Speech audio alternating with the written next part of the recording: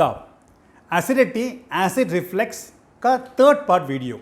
ये third part video में main होको मैं पेशेंट को क्या क्या रिलेटेड इन्वेस्टिगेशंस करना समझाता हूँ।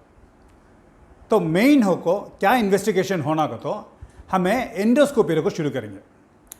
सेकेंड पार्ट में लास्ट में मैं एंडोस्कोपी कैसे करता हूँ मैं समझाया, फिर भी रिपीट करता हूँ। एंडोस्कोपी फ्लेक्सिबल एंडोस्कोपी सुबह मिला को 5 मिनट ही होगा प्रोसीजर ख़त्म होने। नाक का रास्ता कैमरा डालेंगे, नाक का पीछे भी गला का पीछे भी वॉइस बॉक्स भी चेक करेंगे। तो ये इसे क्या थी प्रिपरेशन क्या भी नको ये रंगा पॉजिटिव है।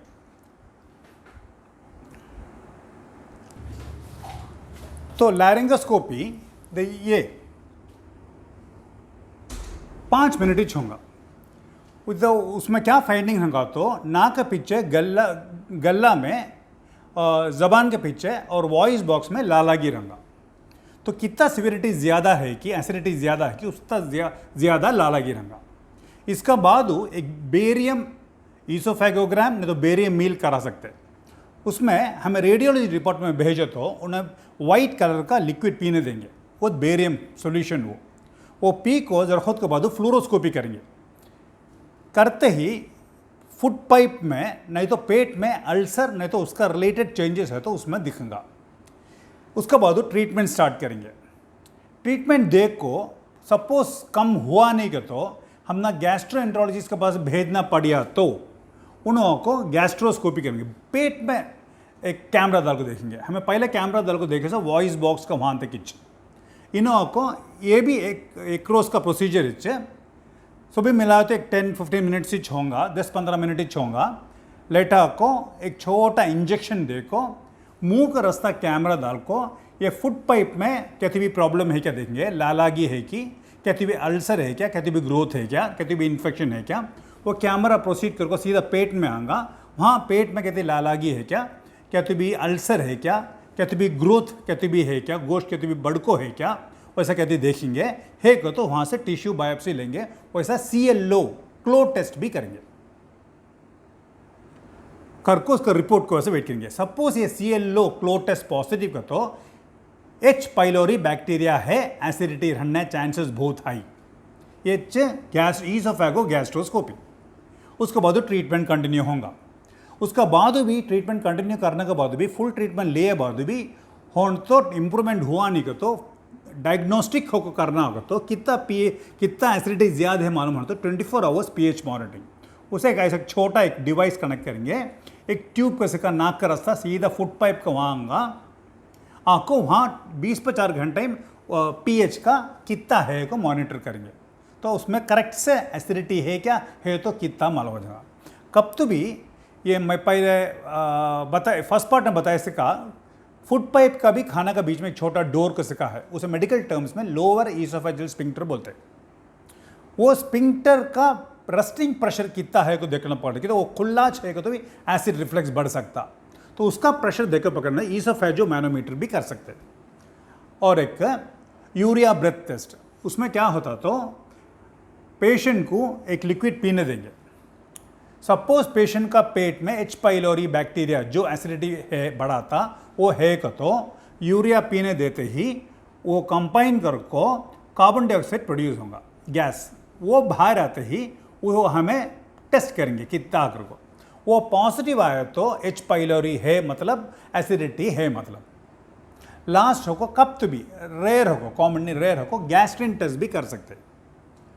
और गैस्ट्रिन टेस्ट में बहुत हाई का तो ज़ोलिंगर एलिसन सिंड्रोम को एक बीमारी है, उसमें एसिड प्रोडक्शन बहुत ज़्यादा रहेगा।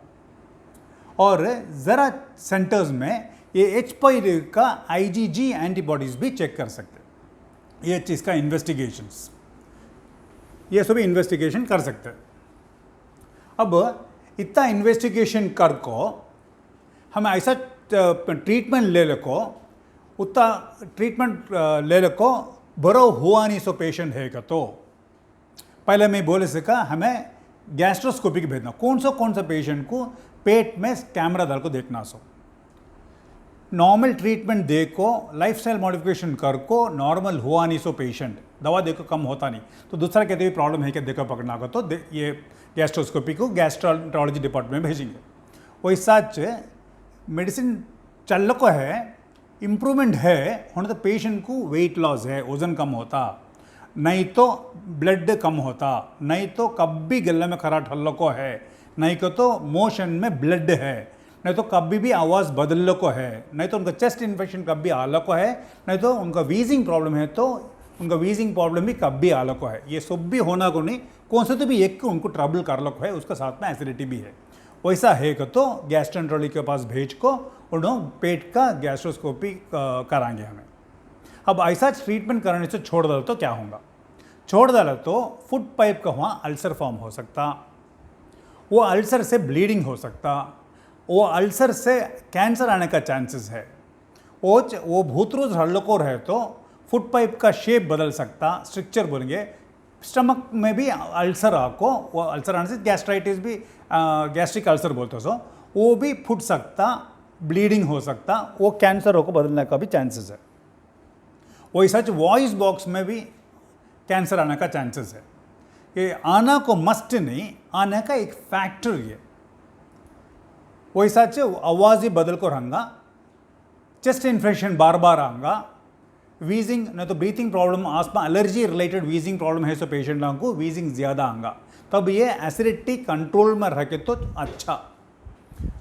तो कंट्रोल में रखे नहीं कि तो पेशेंट को दिन में रेस्टलेस हल्ला करेंगे, क्या काम भी चलेगा नहीं, रात में बरोबर नींद भी आएगा नहीं, खाना भी बरो खाना होगा नहीं।